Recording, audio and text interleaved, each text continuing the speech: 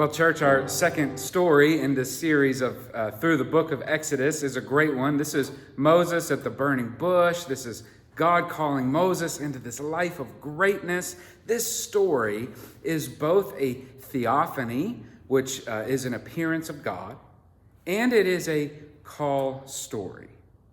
It is this we are given a deeper understanding, I think, of who God is and of who we are in light of God's call and God's claim upon our lives.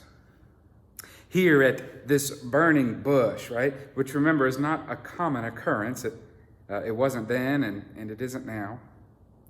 There is an angel that appears. Again, this not now or then is an everyday occurrence. God can be both seen and heard. We speak of seeing and hearing God today as in terms of like spiritual experiences, but out of the ordinary, God is empirically, meaning with all of the five senses, seen, right? Moses hides his face, and heard. Moses hears God's voice and replies, "Here I am, Lord. Here I am." God does, however, appear in the common, everyday, and ordinary life of Moses and of us. As God reveals God's self, and clearly this is a desire of God. God doesn't have to do anything that God doesn't desire to do. It is God's will be done that we pray for every Sunday. And so we see here and in Jesus, God's will is to be made known. As he says of his name, how God will be made known forever and always.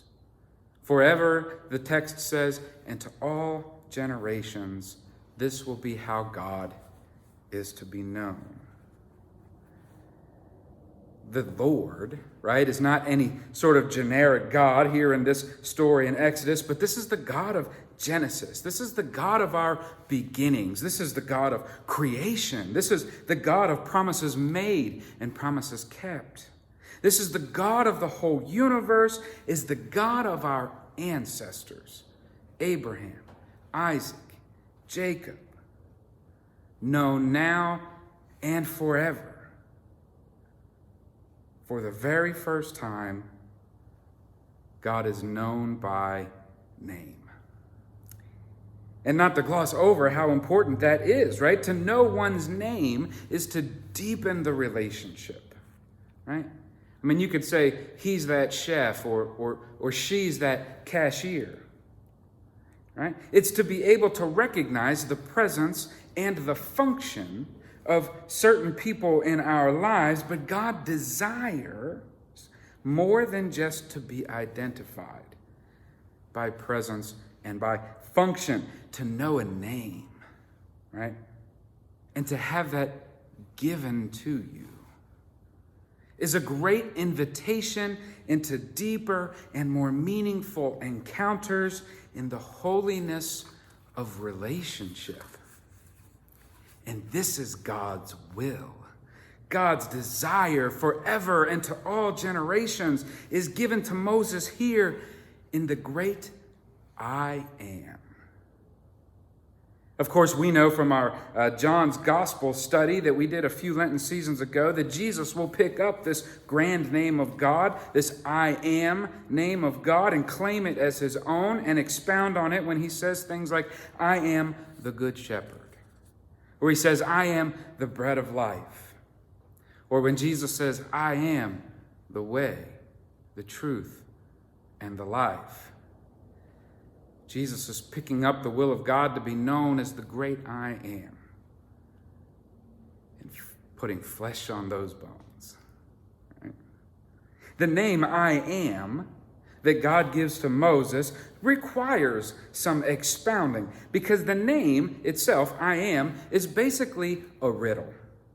Because the name I am in Hebrew literally means I am who I am, or I will be who I will be. It's really any combination of those things. You could say God's name is I was who I am, or I am who I will be. And of course, God's name is a riddle. Of course, it's a mystery, because this is God we're talking about, mysterious and unknowable, but is also an invitation for us to try to understand, and to try to know. It's a name that invokes the power of God, in the power of life and existence and identity. Right? Just as it is in English, I am is a play on the verb to be, right? To exist, to live. God is the ground of being, as the famous Christian theologians like Paul Tillich will claim and expound entire volumes of work upon this one theological truth. To live is God. To exist is God. Who we are and how we live, for whom to we are becoming, is always and forever rooted and grounded in God. I am is also an incomplete sentence. Right? I am what? I am hungry. Right? I am confused. Right? This is a fill in the blank kind of situation. Just as any claim on who God is incomplete, for God is beyond us, yet a fill in the blank name for God invites us to try. Right? And the Exodus account invites us, like any good grammar teacher would, gives us a noun and a participle, and then invites us to fill in the blank with a verb. Right? God will forever and always be known by what God does, as much as who God is. And here in Exodus, we're surrounded by some of the verbs of what God does. God hears, remembers, looks, takes notice. All of this we're given in just two small verses right before the ones that were given this morning. If you go to chapter 2, verses 23 through 25, God is the one who hears and remembers. God is the one who looks and takes notice. And all of this happens in the context of the people's cry in slavery. Right? And we should as well. Remember and look and take notice of the cries of people in our own lives. Just as this very public and powerful transformation of the Hebrews from an enslaved people to a liberated people begins with a cry. Begins with a cry. That should affect us. That should get us. That should affect how we hear the cries of the peoples around us, from the lonely widow to the grieving parent to the protest cries of marginalized groups. It was a cry to no one that moved God's heart to enact change. And it could ours as well, if we hear and remember and look and take notice. Right, so the verbs continue here in chapter 3 that we hear today. This word bank for the fill-in-the-blank name for God continues. And in chapter 3, verses 7 through 10, right, we hear words like deliver, bring up, seen, send. These are what God does. This is who God is. But in particular, I want us to look at verse 8 when God says, I have come down to do these things. Do you hear that? To come down. To come down is the song of Christmas. Christ came down at Christmas time. Heaven came down at Christmas. Here it was while Moses was keeping his flock by day. At Christmas it will be when shepherds are keeping their flock by night. Both will involve the presence of angels and God's presence made powerful for all generations and forever. We hear in this Exodus account, the great I am will come and be present with God's people. As Matthew's gospel ends with the words of Jesus, remember, I am with you always, even to the ends of the earth. But that same word, come, provides a great transition in the call of Moses in this story. Come goes from being the verb of God and the way that I am is known. Come becomes an invitation and even a command.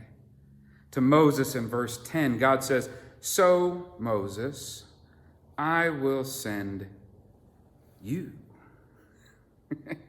Wait, what? You can almost hear Moses saying this. All this stuff, God, about liberating your people from Pharaoh and Egypt's slavery and all that stuff about delivering them to the promised land. And that sounds good and all. I mean, God, milk and honey does sound nice, but you said you were going to do that. And now you're saying you're going to send me? That I have to do all of that? And herein lies a challenging, very challenging, but I think theological truth. Right? You've heard from Matthew 19, verse 26, when Jesus is asked about salvation, Jesus replies by saying, with humanity it's impossible, but with God all things are possible. Well, I'm not saying that God can't. But I will go as far as saying, for the overwhelming majority of the time, God won't do anything apart from human faithfulness and obedient response. It's the nature of God. I will do this, but I will do it through you. It's the nature of Christian vocation. I mean, you could say it's the vocational hazard of saying, here I am, Lord. It's the nature of a deepening relationship with God and getting to know God's holy name. It's the nature of call. It's the nature of Christian vocation. And that's not just for ministers who wear robes, right? But that's also for that chef and for that cashier. And all who take seriously the call and claim of God upon their lives. As one scholar notes, the uncalled life is an autonomous existence. Right? And to our, especially American, independent ears, that may not sound half bad. You know, before Moses was called, he was married. He had a kid. Right? He was working for his father-in-law. He was taking walks with sheep into strange places like Mount Horeb. Well, the scholar continues, it is an autonomous existence with no intrusion, no disruption. Well, again, that doesn't sound half bad, I guess, but it also does sound kind of boring. And it definitely does sound a little self-serving.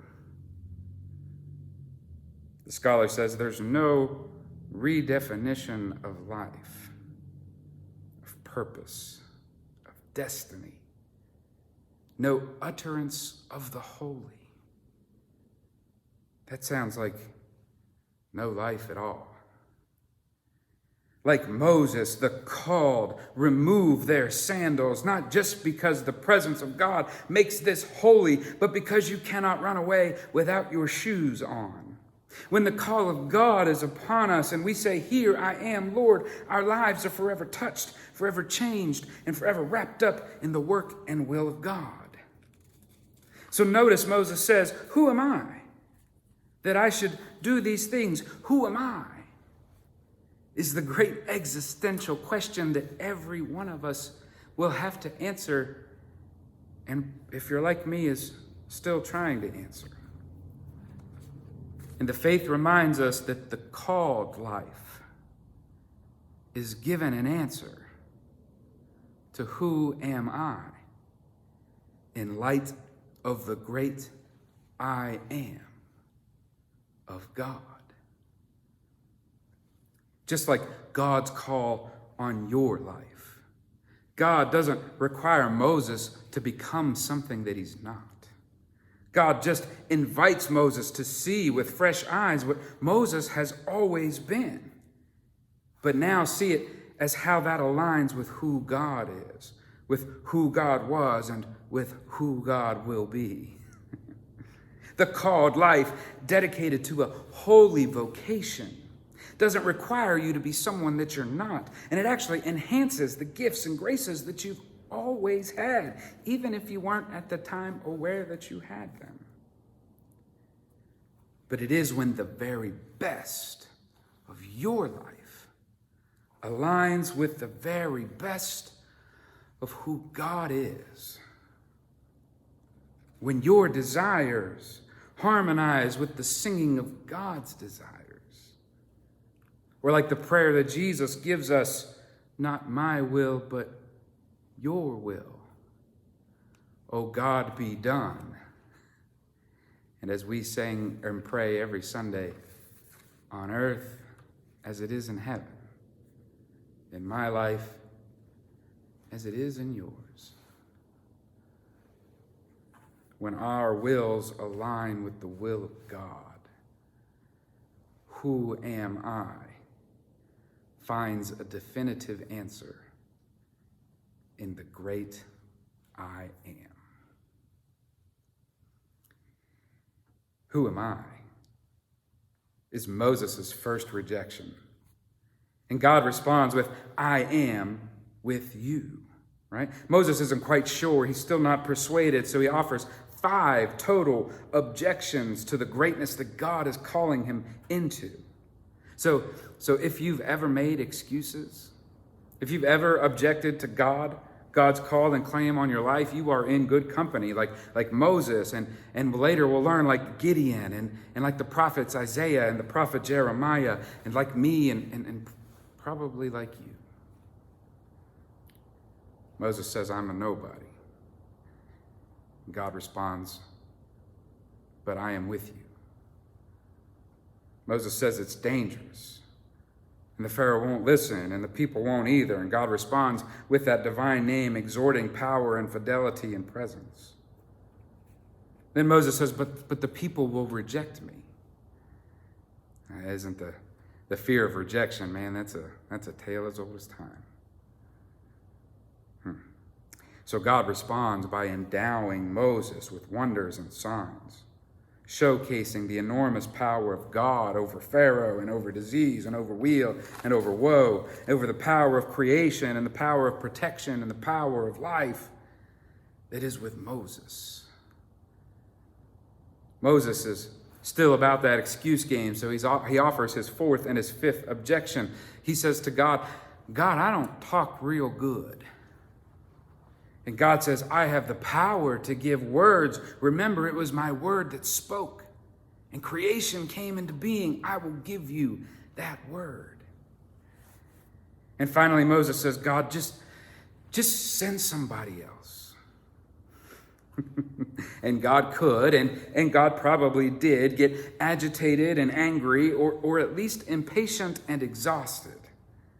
And God responds again. Isn't it wonderful how God always responds?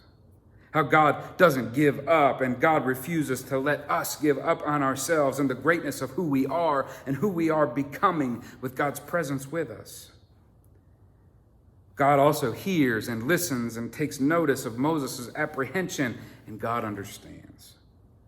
And God actually concedes a little bit. God adapts and adjusts, and too should we when our original plans don't work out like they should. So in this divine adjustment and this divine adaptation, God offers Moses a plan B and actually gives Moses a companion and says, I'll give you Aaron to go with you. And later, Jesus won't do it by himself either. He'll call 12. And later he'll call a church into the called life of purpose and mission and ministry in line with the great I am. Notice how God responds to Moses' objections, not with false promises, right? Not by making him into something that he's not, just by assuring and reassuring Moses of God's divine presence with him. Who are you? In light of the great I am, we all will have to answer that question at one point or another. Who am I? And as you do, trust in God's presence. There's one final thing I'd like to share with you about the name I am. The divine name for God is written in our Bibles as Lord, right?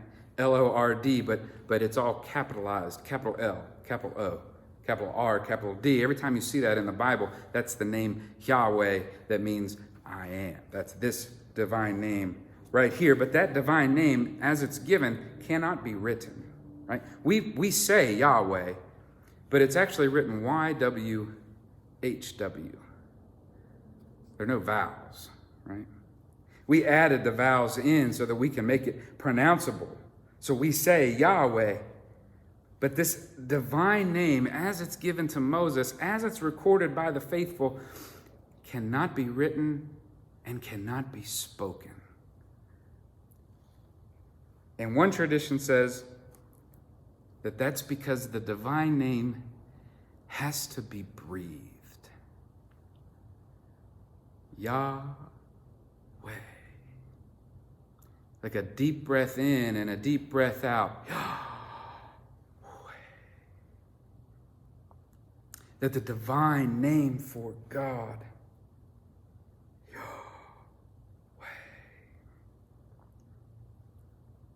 is a daily reminder and in every moment reminder that God is with you. As near as the very beating of your own heart.